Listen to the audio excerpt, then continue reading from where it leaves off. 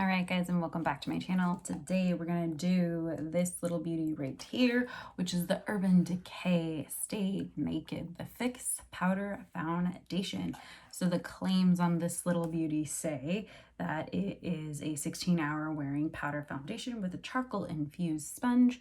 It's a vegan formula, which is a long wear matte finish. So this is the component. It is beautiful, of course. My only hang up is of course you're gonna get 501 fingerprints on it, but what can you do, right?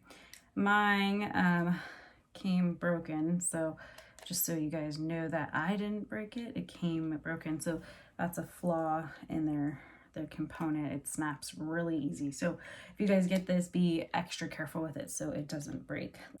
Typically with powder foundation, I don't normally use a primer, but I am going to use a primer today because this is a matte foundation, and anytime I use a matte foundation I need a hydrating primer. I've got combination skin, so it just depends on my skin how it's gonna look, if I've got dry patches, breakouts, or any of those things. So my skin's in pretty good condition, but it is you know, winter time and my skin's a little dry, so I'm gonna use the Coconut Skin Soothing Moisturizing Primer from First Aid Beauty. All right, now that that primer is on, I am going to grab my trusty NARS Radiant Cream Concealer. I wear the color Custard if you guys are ever interested what color I wear. All right, so now that my concealer's on, I'm ready to do my powder foundation. So I've tested this a couple times before I was gonna wear it on camera just to make sure like what was the best method of application.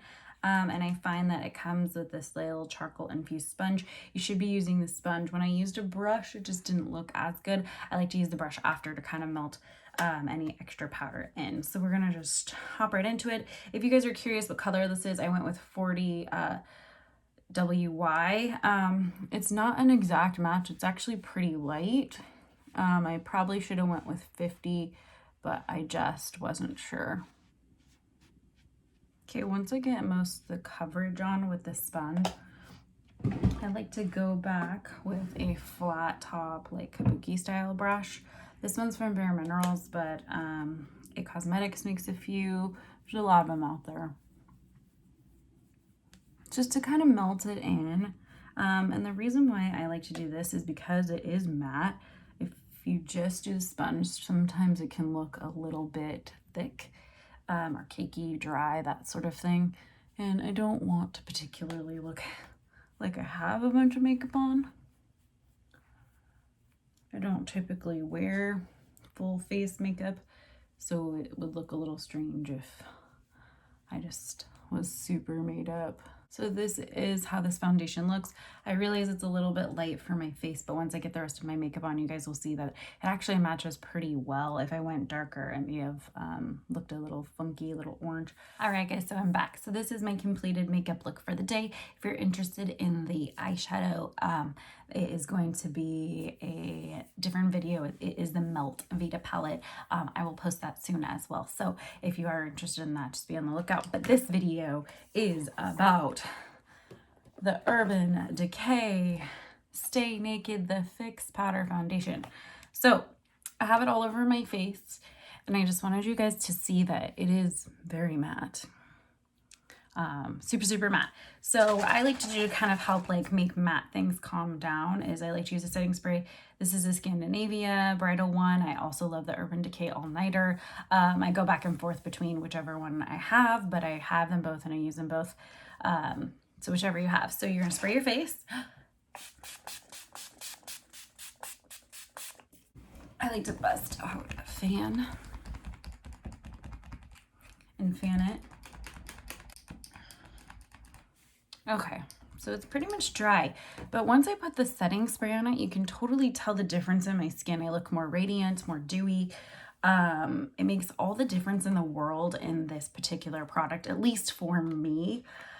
It's a little too matte on its own. I have to put setting spray on it, which is not a big deal because I have to use setting spray every day anyways. I need my makeup to stay on for long periods of time. So I've worn this a couple different times. This is the first time on camera. It looks absolutely stunning on camera, even if it is a little light in the pan initially. On my face, it's actually a very good match. So I am happy with it. If you want a long wearing powder foundation, this is the one. I think this might be my ride or die for work. This could be my new ride or die for long days. In general, summertime, when you're really hot and sweaty, I think something this matte will hold up well. I've tested it on a couple different occasions, on at least 10 hours or more wear, and my face looks exactly the same. I had no cracking, I had no separating, I had no breaking up. It looked exactly the same when I left in the morning, which for me, that's super impressive. All I wear is powder foundation. I don't wear liquid. I don't like it. I will wear it on camera or for special occasions, but it's not my daily driver. My daily driver is a powder foundation. So I have tested quite a few. If you're interested, there's more videos for powder foundations. Just feel free to scroll through the rest of my videos. I have quite a few. But getting back to the point of, I know what I want from a powder foundation and what I expect, and this is delivering when it comes to longevity. A couple of things that I'm not super happy with about the product is, I mean, I love the component. It is beautiful and it does fit the Urban Decay thing. And I'm really happy that they have a big sticker on the back with the name of your product and like very big, like what your color range is. The amount of product isn't very much. It's 6 grams. Let me grab a couple of my other ones just to look at what theirs are. Just for instance, the Bare Pro is 10 grams, which that's usually one of my most used products. And then a new up and coming favorite, which is the Makeup Forever Velvet Skin Powder Foundation. This is 11 grams. So this is even more product than the Bare. So the Stay Naked powder is almost literally half of what these two powders have to offer as far as amounts. This is $39 for 6 grams. That's pretty expensive in my opinion, especially compared to other products where with the Makeup Forever, the Velvet Matte Skin, this is 11 grams and this is $38. And then for 10 grams, the Bare Pro, which is $31, which is actually your best value. You're getting the most amount of product for the least amount of money. And these occasionally go on sale. The Makeup Forever you can get on sale also if you're a Makeup Pro. So that is worth it. That's how I purchased mine. So that these two are actually pretty comparable in price when I buy them both. As where this particular product, I kind of think $39 is a lot. For a powder foundation, maybe you guys don't. I think it's a little bit expensive. I guess if you're going to be using it on top of your foundation, then yeah, it's pretty darn expensive. If you're going to be using it on its own, it might be worth it to you. Most foundations run anywhere from $30 to $50, pretty standard pricing for a liquid foundation. I've seen some even in the $60 range. So if you're going to be using this as your daily foundation, maybe the $39 price tag doesn't bother you. I think it is comparable with other prices of powders. That's kind of what they go for. I just think it's a little expensive for the amount of product you're getting. So that is a negative for me. I don't mind the charcoal sponge. It's pretty cool. It actually works better than I expected. I'm kind of hesitant on the sponge usage, but even the Makeup Forever one, they kind of expect you to use their little sponge, which is gross. But on the other hand, if it's just for you, you should be all right. It'd be nice if they would do like refillable sponges, like when you bought it, you got a sponge and then you could buy more sponges. That way it could just be a little cleaner.